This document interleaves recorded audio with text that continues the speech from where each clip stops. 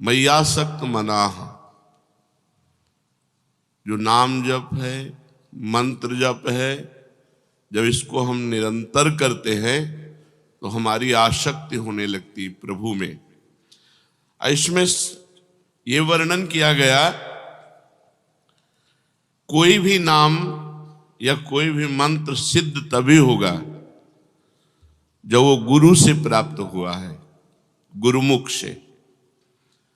मंत्रानुष्ठान या नामानुष्ठान सबसे पहला गुरु उपदेश के द्वारा होता है। सद्गुरु मिले बिना और उनके श्रीमुख से निकले बिना जो हम नाम जप करते हैं, ना प्रसीदति वै विद्या बिना सद उपदेशतः, बिना सदगुरु के उपदेश के कोई भी विद्या या कोई भी नाम सफल नहीं होता, सिद्ध नहीं होता। श्रुति भी आज्ञा करती है, तद विज्ञानार्थम सा गुरुमेवाभिगच्छेत समित पाणि श्रोत्रियम ब्रह्मनिष्ठम। श्रोत्री ब्रह्मनिष्ठ गुरु के पास कुछ समिधा लेकर जाए, उनकी शरण में हो और उनके श्रीमुख से उपदेश सुने, जो नाम मंत्र का उपदेश करें उसका अनुष्ठान करें। किंतु गुरु कैसा होना चाहिए, इस विषय में प्रायः चर्चा नहीं होती। प्रायः गुरु महिमा की बात कह के शिष्य के ही लक्षण वर्णन किए जाते हैं, शिष्य ऐसा होना चाहिए, पर नहीं, यहां वर्णन करते हैं कि गुरु कैसा होना चाहिए। बोले सिद्धम सत संप्रदाय स्थिरधीय मनघम श्रोत्रियम ब्रह्मनिष्ठम सत्वस्थम सत्यवाचम समय नियतया साधुवृत्तया समेतम दंभासूयादि मुक्तम जित विषय गणम दीर्घबंधुम दयालुम स्खालिते शासितारम समरहित परम देशिकम भूष्णुरीप से। कैसा गुरु होना चाहिए? बोले ऐसे गुरु की खोज करके ऐसे गुरु के मुख से नाम और मंत्र सुनना चाहिए। कैसे गुरुदेव हो? जो सिद्धम सत संप्रदाय, किसी सिद्ध संप्रदाय से दीक्षित हो गुरुदेव, सिद्ध परंपरा में हो, आचार्य परंपरा में हो। पहले ये जाने कि हमारे गुरुदेव किस आचार्य परंपरा में, आचार्य परंपरा में है या नहीं। अगर नहीं तो हमारा शास्त्र आदेश नहीं करता, आदेश करता है आचार्य परंपरा से। सिद्धम सत संप्रदाय स्थिरधीय मनघम, जो निष्पाप महापुरुष किसी सिद्ध संप्रदाय से दीक्षित हो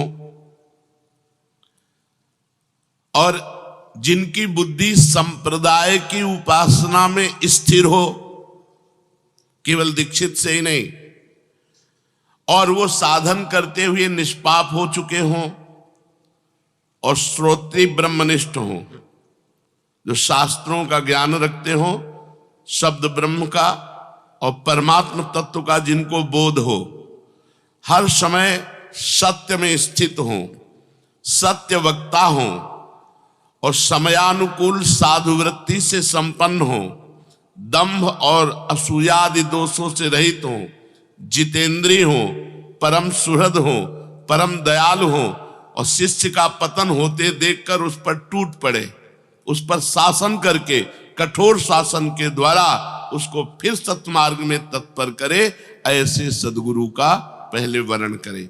मय्यासक्त मना होने के पहले हमें जो मंत्र जप करना है, नाम जप करना है, वो सदगुरु से प्राप्त करना है। ऐसे सदगुरुदेव का संबंध हो जाए तो शिष्य की साधना आबाद हो जाती है, निर्विघ्न हो जाती है। गुरु कृपा से वो साधन पथ पर जो नाम मंत्र मिला, केवल गुरु जी के श्रीमुख से जो मिला है, वही हमारी साधना होनी चाहिए। गुरु कृपा के बिना तो हरि अनुग्रह भी व्यर्थ हो जाता है। गुरु कृपा के बिना हरि कृपा भी व्यर्थ हो जाती है। जैसे कमल को विकसित करने वाला सूर्य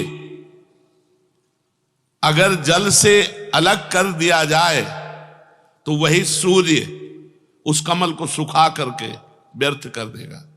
जल का संयोग, गुरु का संयोग, हरि कृपा, सूर्य प्रकाश। जैसे सूर्य प्रकाश होने पर कमल खिल जाता है, कौन? जो जल के संयोग में है।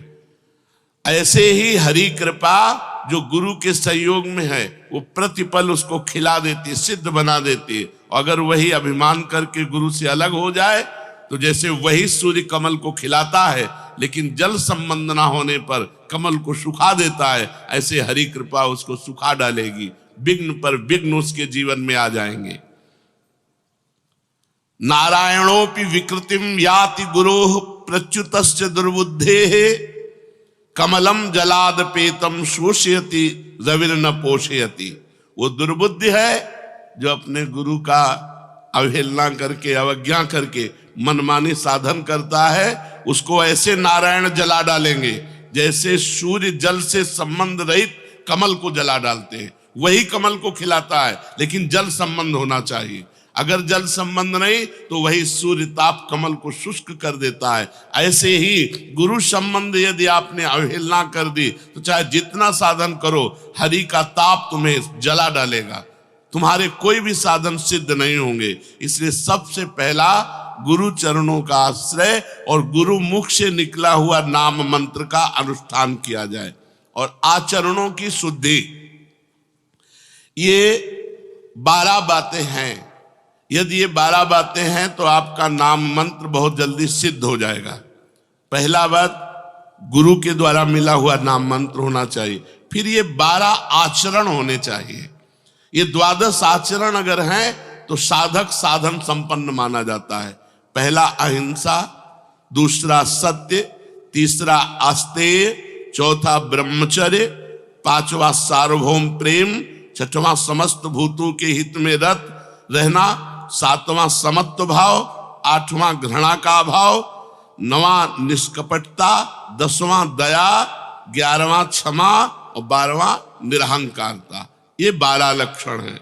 अब पहले लक्षण पर अहिंसा। साधक सदैव सावधान रहे, मन से, वाणी से या शरीर से किसी को भी कष्ट न पहुंचाए।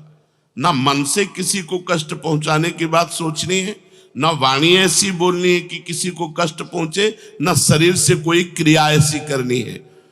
हिंसा 3 प्रकार की होती है, कृत, कारित, अनुमोदित।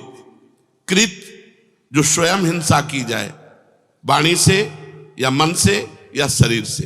कारित जो दूसरों से करवाई जाए। अनुमोदित जो हिंसा का अनुमोदन। तीनों प्रकार के दोष साधक में नहीं होने चाहिए। ना तो कृत हिंसा होनी चाहिए, ना कारित हिंसा होनी चाहिए कि हम दूसरे से करवा दिया, और ना अनुमोदन, कोई किसी को कष्ट दे रहा है तो अनुमोदन भी नहीं करना। इस प्रकार हमें अहिंसा पे स्थित रहना है, हिंसा का त्याग करना है। दूसरा सत्य। अंतःकरण में, इंद्रियों में जैसा अनुभव किया वैसा प्रिय शब्दों में स्पष्ट बोल देना, उसे सत्य कहते हैं। प्रमाद के वश या लोभ के वश या क्रोध के वश या हास्य भाव में या भय आदि भाव में अंदर की बात का परिवर्तन करके नहीं बोलना। जो अंदर बात आ रही वही बोल दिया, उसे सत्य कहते हैं। अगर साधक में ये लक्षण है तो उसका भजन बहुत जल्दी परिपक्व होगा। तीसरा अस्तेय। जो अपने अधिकार में नहीं है उसमें किसी प्रकार का हम अपना अधिकार ना करें। अपने हिस्से की वस्तु खाएं, दूसरे के हिस्से की वस्तु की तरफ हमारी दृष्टि ना जाए। दूसरे के अधिकार की वस्तु ना, अस्तेय माने चोरी ना करना, दूसरे के अधिकार की अपने अधिकार में ना लाना, दूसरे के हिस्से को अपने हिस्से में ना लेना। बहुत सावधान रहे, अपने हिस्से की वस्तु का सेवन करे, अधिक नहीं। चोरी किसी की ना करे, जिस पर हमारा अधिकार नहीं उसको हम छुए भी नहीं। चौथा ब्रह्मचर्य। अगर भगवत प्राप्ति करनी है तो ये बहुत जोर का लक्षण है। अगर ब्रह्मचर्य नहीं धारण करोगे तो मन संकल्प विकल्प भोगों का बंद नहीं करेगा। मन संकल्प विकल्प नहीं बंद करेगा तो भजन होगा ही नहीं। वो भजन एक दिखावा होता है, सच्चा भजन होता है ब्रह्मचर्य में। गृहस्थ में भी रहते हुए जो कभी संतानोत्पत्ति के लिए अपनी पत्नी से सहवास करे वो ब्रह्मचारी ही माना जाता है। लेकिन जो पराई स्त्री की तरफ काम दृष्टि से देखना है ये बहुत हानिकारक है। 8 प्रकार के मैथुनों का त्यागी, पीछे वर्णन हुए 8 प्रकार के मैथुनों का। मन, वाणी और शरीर से अपने को ब्रह्मचर्य रखना। शरीर का ब्रह्मचर्य, मन का ब्रह्मचर्य, वाणी का ब्रह्मचर्य, सब इंद्रियों का ब्रह्मचर्य। भगवत प्राप्ति ऐसे थोड़ी होती है। उपासक को बहुत सावधान रहना चाहिए। इतनी गंदगी मची हुई है समाज में, जो सत्संग नहीं सुनते, शास्त्र स्वाध्याय नहीं करते, पशुवत आचरणों में उतरे हुए। अपने यहाँ तो जब प्रश्न के बातें आती हैं तब समझ में आता है कि ऐसे भी लोग हैं। साधकों को चाहिए कि किंचन मात्र भी अपने में त्रुटि न रखे। ब्रह्मचर्य बहुत अत्यंत आवश्यक है। ब्रह्मचर्य के बिना साधना अधूरी मानी जाती है। 8 प्रकार के मैथुनों का त्याग, मन, वाणी, शरीर से पवित्र रखना। सार्वभौम प्रेम, जगत के संपूर्ण जीवों में मेरे भगवान विराजमान है, ऐसी भावना। ये बिना किए सिद्ध नहीं होगे। जो 5वां नंबर है वो सार्वभौम प्रेम। जो भी सामने आया हंस बोले बहुमान दे, बहुत प्यार भरी बात बोले ना बोले उसमें मेरे भगवान है, ऐसा हमारा प्रेम भाव। सार्वभौम प्रेम, सब जीवों के प्रति, चराचर जीवों के प्रति। सब जीवन सुप्रीति, सेवकवाणी भी कह रहे, सब जीवन सुप्रीति, रीति निभात आपनी। निष्काम भाव, किसी से कोई चाह नहीं पर सबसे प्रेम का वर्ताव। सबको भगवान की मूर्ति समझकर झुक जाना, सबके सामने दैन्य रहना, सब में भगवान को देखना, यही सार्वभौम प्रेम है। समस्त भूतों के हित में रहना, 6वां। संसार के समस्त प्राणियों में स्वामी भाव रखना। मैं सेवक सचराचर, स्वामी रूप भगवंत। सो अनन्य गति जाके, असमति न टरे हनुमंत। मैं सेवक सचराचर, रूप स्वामी भगवंत। चराचर जगत मेरा स्वामी का स्वरूप है, केवल मैं सेवक हूं। सेवक केवल हम, चराचर जगत मेरे स्वामी का रूप। ये समस्त भूतों के हित में रत रहना है। संसार के समस्त प्राणियों में सेवा भाव करने की भावना। पशु पक्षी जड़ चैतन्य सब हमारे स्वामी और हम सबके सेवक। सेवा भाव कहा गया है। हम सेवा तो नहीं कर पाएंगे सब चराचर जगत की, लेकिन चराचर जगत को स्वामी रूप से देखकर सेवा भावना हमारे हृदय में है। सब जगत हमारा स्वामी का रूप और मैं समस्त जगत का सेवक। ये वो बातें हैं जिनसे मैयासक्त मना होगे, जिससे भगवत प्राप्ति हो जाएगी। अगर ये बातें नहीं है तो साधक खोखला है। खोखले में क्या है, ऊपर से दिखावा भगवत भक्त का और अंदर से सब ढोंग चलता रहता है। 7वां समत्व भाव, समस्त जीवों में समान अधिकार परमात्मा का। सुख दुखों को दूसरों के अपने सुख दुख समझना। दूसरा कोई दुखी है उसे देखकर द्रवित हृदय हो जाना। सब में एक ही तत्व विराजमान, जो यहां वो यहां। तो जैसे हमारे हाथ में पीड़ा हो तो हमें दर्द होता है, ऐसे किसी की पीड़ा देखकर हमें दुख होना। सब में समत्व भाव रखना। 8वां, किसी के प्रति भी घृणा न होना। ईश्वर ही स्वयं सृष्टि के रूप में है। सभी जीव वही बना हुआ है, अतएव किसी भी जीव से घृणा नहीं होनी चाहिए। ऐसा दृढ़ निश्चय होना चाहिए। कोई घृणित रूप में कोई घृणा की, अगर हमारे अंदर घृणा आ रही तो हम साधक नहीं, उसमें भी मेरा प्रभु है। घृणा की किंचिन मात्र भावना ना होना। और नवा, निष्कपटता। साधक के व्यवहार में कपट नहीं होना चाहिए। व्यवहार, कथन, क्रिया तीनों एक होनी चाहिए। जो मन में वही वचन में, वही क्रिया में, तो ये निष्कपट व्यवहार कहा जाता है। मन में कुछ और, वाणी में कुछ और, क्रिया में कुछ और, ये कपटी पुरुष के लक्षण हैं।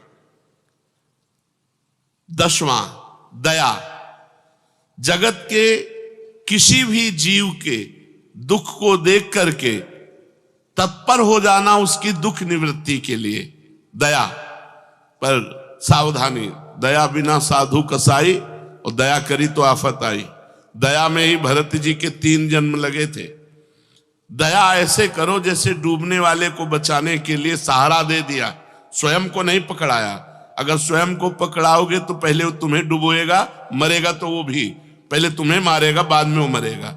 ऐसे ही विषयी पुरुषों पर, भ्रष्ट पुरुषों पर, विमुख जनों पर, भगवत चरणारविंद से जो बिलग हैं, इन पे दया करो, इन्हें नाम रूप पकड़ाओ और आप बचो। नाम रूप पकड़ाओ, भव समुद्र से निकालने के लिए भगवान के नाम रूप गुण लीला को पकड़ाओ और आप बचे रहो, आप बिल्कुल असंग रहो। दया बिना साधु कसाई, और दया करी तो आफत आई। दया के बिना तो साधुता ही नहीं, पर दया संभाल के करे जिससे अपने आप को परमार्थ से भ्रष्ट ना कर दे। 11वां, क्षमा। कोई कितना भी सताए पर उसके साथ हमारा व्यवहार प्रेम में होना चाहिए। ये साधु की साधुता है, ये साधक की साधना है। यदि कोई भी हमारे साथ गलत व्यवहार करता है, गाली देता है, अपमान करता है, निंदा करता है, तो जब हम उससे मिले तो हमारे चेहरे में सौम्यता होनी चाहिए और ऐसे ही मिले जैसे प्रेमी जनों से मिलते। ये याद भी ना रहना चाहिए कि कल इसने हमको गाली दिया था, कल इसने हमारा अपमान।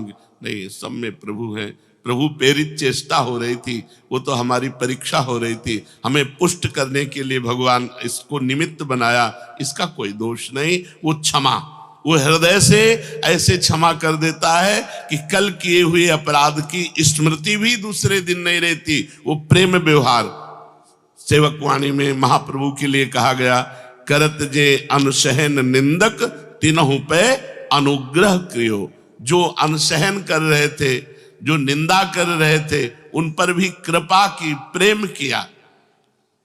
12वां, निरहंकारता। ये सब साधन करते हुए भी अपने में किसी प्रकार की विशिष्ट भावना का आरोप न जगने देना कि और साधक तो सहज से, हम थोड़ा कुछ विशिष्ट हैं। नहीं, ये सब साधन के अंग होने पर भी अपने हृदय में अहंकार न आना, ऐसा अभिमान न होना कि मैं तो बहुत अच्छा साधक हूं, ये सारे लक्षण मेरे में हैं। नहीं, ये भगवान के द्वारा, हम भगवान के द्वारा, गुरु भगवान के द्वारा प्रदत्त हैं।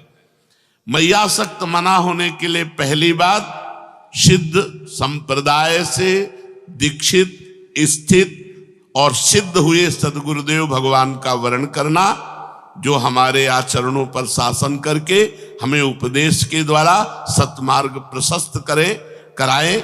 ऐसे सदगुरुदेव का वर्ण, उनके मुख से नाम मंत्र सुनकर निरंतर जपना, और ये 12 सावधानी रखना, अहिंसा, सत्य, अस्तेय, ब्रह्मचर्य, सार्वभौम प्रेम, समस्त भूतों के हित में रहना, समत्व भाव, घृणा का भाव, निष्कपटता, दया, क्षमा, निरहंकारता।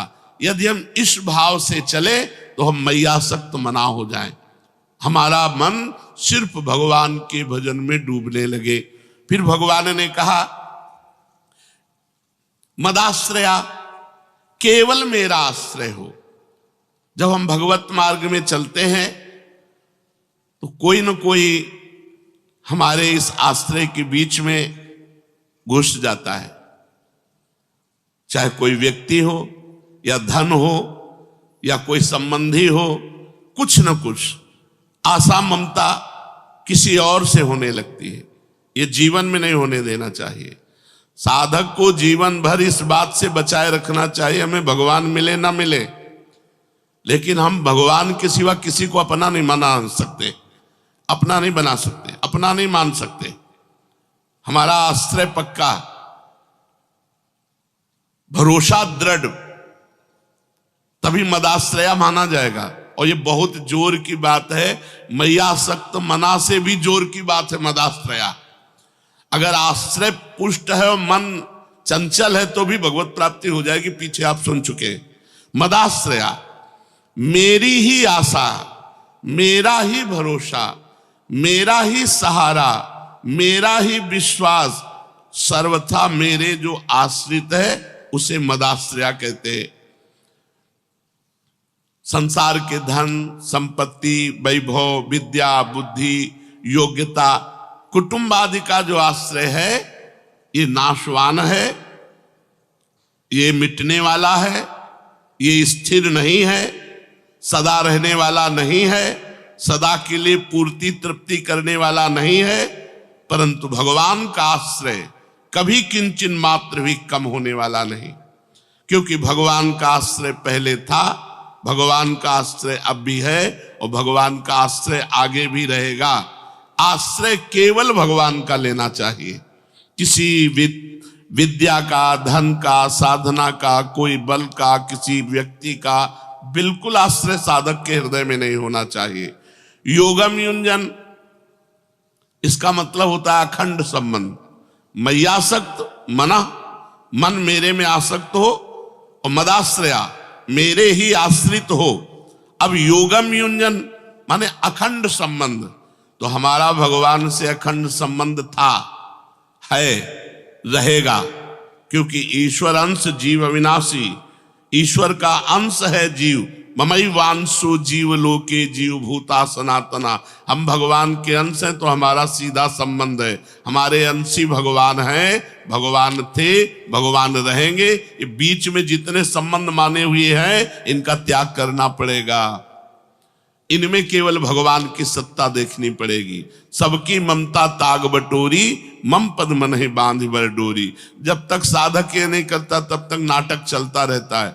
शुद्ध भक्ति, शुद्ध ज्ञान का मार्ग असंग है, अंदर से असंग है। एकमात्र भगवान का आश्रय और एकमात्र भगवान से संबंध, संबंध भी केवल एकमात्र भगवान से। संत भगवान, गुरु भगवान, जगत भगवान, जितने संबंधी भगवान, भगवान के सिवा कोई नहीं। जो है उनको हटा दो, वहां भगवान को स्थापित करो।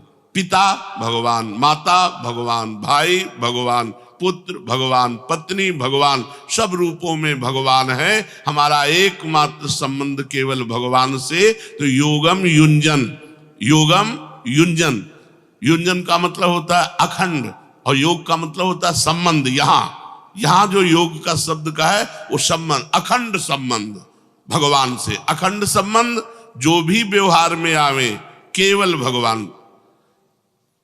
नाते नेह राम के मनियत सुहृद सुसेव्य जहां लो, गोस्वामी जी ने मीरा जी को पत्र में लिखा था। केवल संबंध, नाते नेह राम के मनियत सुहृद सुसेव्य जहां लो। जितने भी सुसेव्य हैं, बड़े बूढ़े जन हैं, जितने भी सुहृद जन हैं, हमारा एक संबंध रहेगा। ये सब श्री जी के हैं तो हम इनको अपना मानेंगे। श्री जी के नहीं, हमारा भाव नहीं बैठता तो असंगो हम। ये प्रभु हैं हमारे साक्षात, इसी भाव से हम संबंध रखेंगे। नाते नेह राम के मनियत, भगवान के नाते से सारा संबंध। तब योगम युंजन, भगवान कह रहे मेरे समग्र रूप का साक्षात्कार कौन कर पाएगा? तो बोले मैया आसक्त मना, जो मेरे में आसक्त मन वाला है, और मदाश्रया जो केवल मेरे आश्रित है, और योगम युंजन जो केवल मेरे से संबंध रखता है।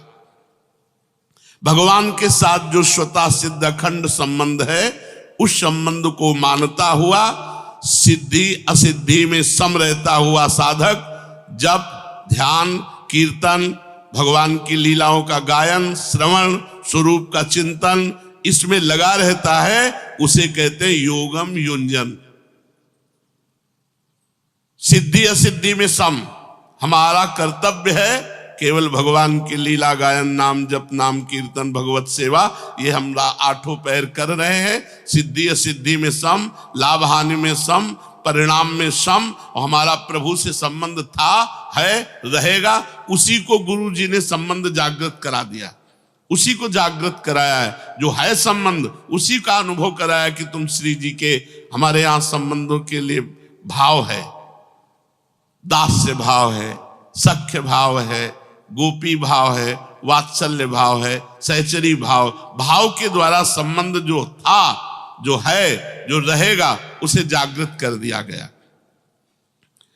असंशयम समग्रम माम, जिसका मन भगवान में आसक्त हो गया है, मय्यासक्त मना, और जो भगवान के ही आश्रित सहारे है, मदाश्रय, और जिसने केवल भगवान से ही संबंध स्वीकार किया है और किसी से हमारा संबंध ही नहीं है, ऐसा पुरुष भगवान के समग्र रूप को जान लेता है। अर्थात सगुण, निर्गुण, साकार, निराकार, जो भी जैसे भगवान है, संपूर्ण। भगवान अपने भक्ति की बात कहते कहते अघाते नहीं।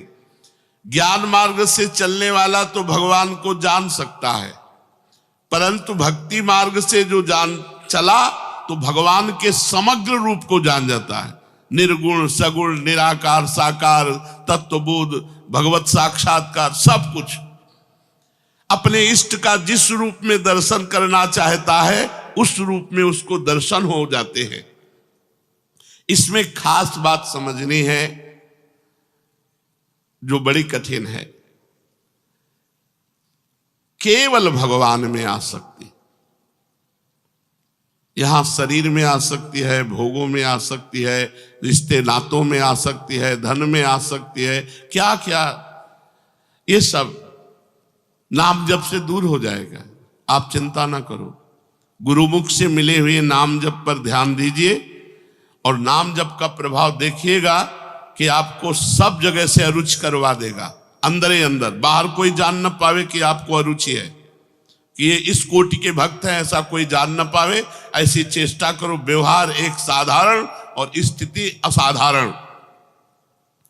आसक्ति केवल मेरे में ही हो, आश्रय केवल मेरा ही हो, संबंध केवल मेरे से ही हो, तो समग्र रूप से मेरे को जान लेगा। ऐसा कहने में भगवान का तात्पर्य है कि अगर साधक की आसक्ति भोगों में है, आश्रय रुपयों का है और संबंध कुटुंब से है, मेरा भगत नहीं, ढोंग हो रहा है।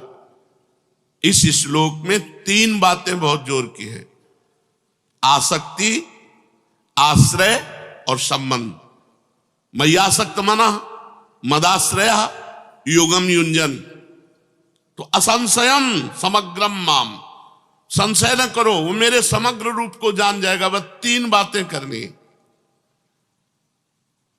मय्यासक्त मना होने के लिए आज चर्चा हुई कि पहले गुरुदेव भगवान के शरण में होकर उनकी आज्ञा के अनुसार उनसे मिला हुआ नाम मंत्र उपासना, साइड में हमारे जो आचरण होने चाहिए वो कैसे होने चाहिए वो 12 बताए।